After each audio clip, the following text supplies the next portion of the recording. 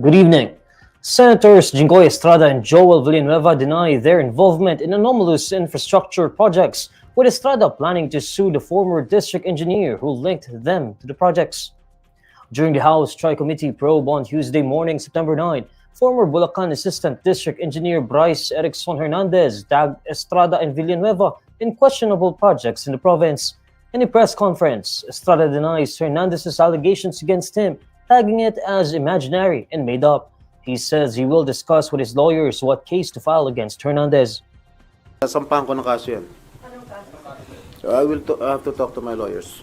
Will you confront? Naggalit talaga ako. Talaga napamura ako. Napakasinungaling nitong taong to. Because first of all, hindi ko siya kilala. And I have never met that guy.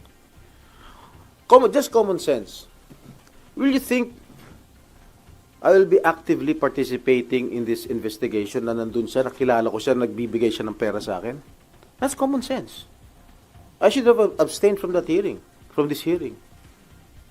Malakas ang loob ko dahil I did not commit any illegal act. Estrada reiterates his goal to undergo a lie detector test with Hernandez to determine who among the two of them is lying.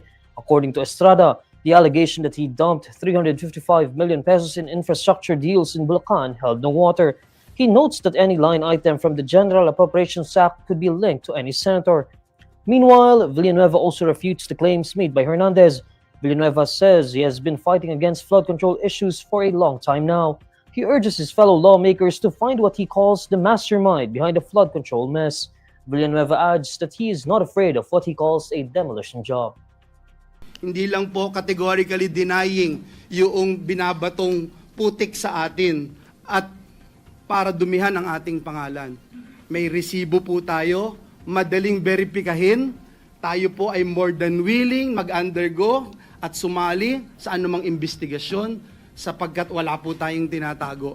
The Bible says a good name should be chosen than great riches. Pinalaki po ako ng magulang ko na naniniwala ako sa langit at impyerno.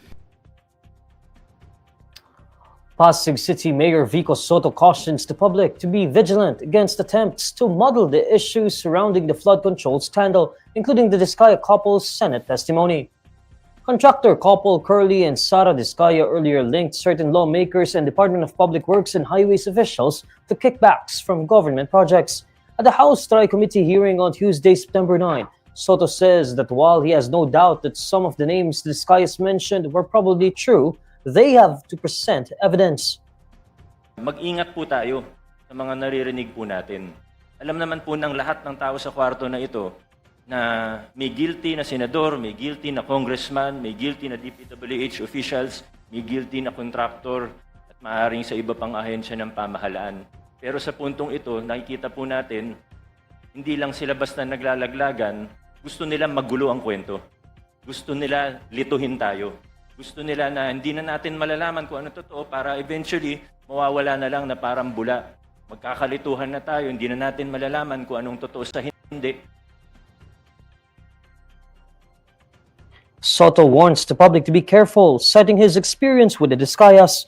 He believes the Discayas couple are capable of lying without batting an eyelash.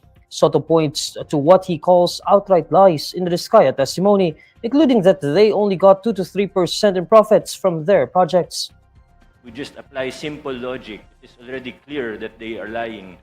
Pero alam ko medyo iba kasi yung logic na ginagamit nila sa universe po nila. Pero pag tinignan po natin logically, 2 to 3% of even 100 billion, 2 to 3 billion pesos lang po ito.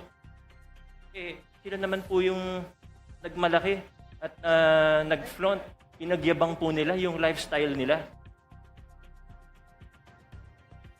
During the Senate hearing on Monday, September 8, the Discayas offered to be state witnesses to expose collusion between lawmakers and government agencies to pocket public funds from government projects.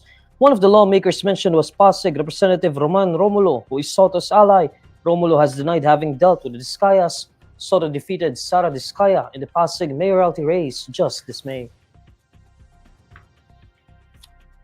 Senate President Tito Sotto says he believes Senator Cheese Escudero was caught by surprise when he saw the resolution backing Sotto as the new Senate President. In a television interview on Tuesday, September 9, Sotto recalls the events leading up to the ouster of Escudero. According to Sotto, he and four colleagues went to see Escudero at around 1:30 p.m. on Monday, September 8. Sotto says Escudero was with then Majority Leader Joel Villanueva at a time when they told him about the resolution. Sotto adds that Escudero did not seem to be aware of the resolution before their visit. According to Sotto, it was just a few days ago when he and his colleagues in the former minority group started talking with other senators to discuss the planned change in Senate leadership.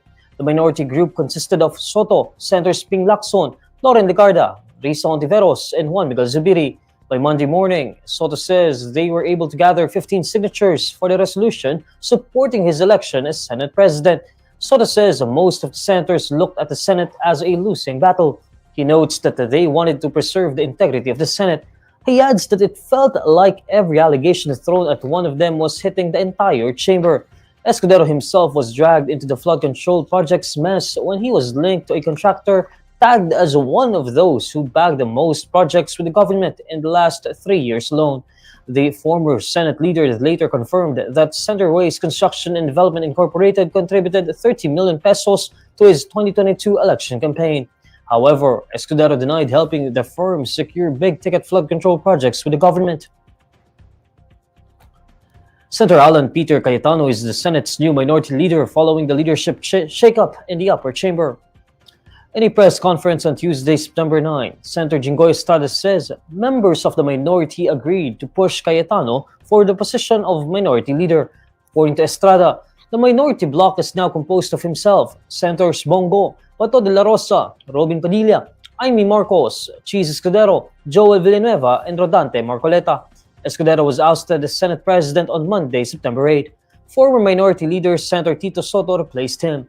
As part of the change in leadership, Senator Ping Lacson took over the position of Senate President pro tempore, while Senator Juan Miguel Zubiri was elected as Senate Majority Leader.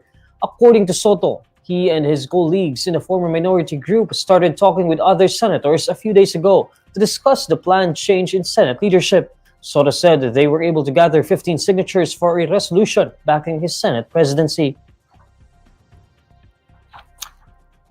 One judge in the International Criminal Court argues that the hearings of former President Rodrigo Duterte's case should proceed as scheduled on September 23.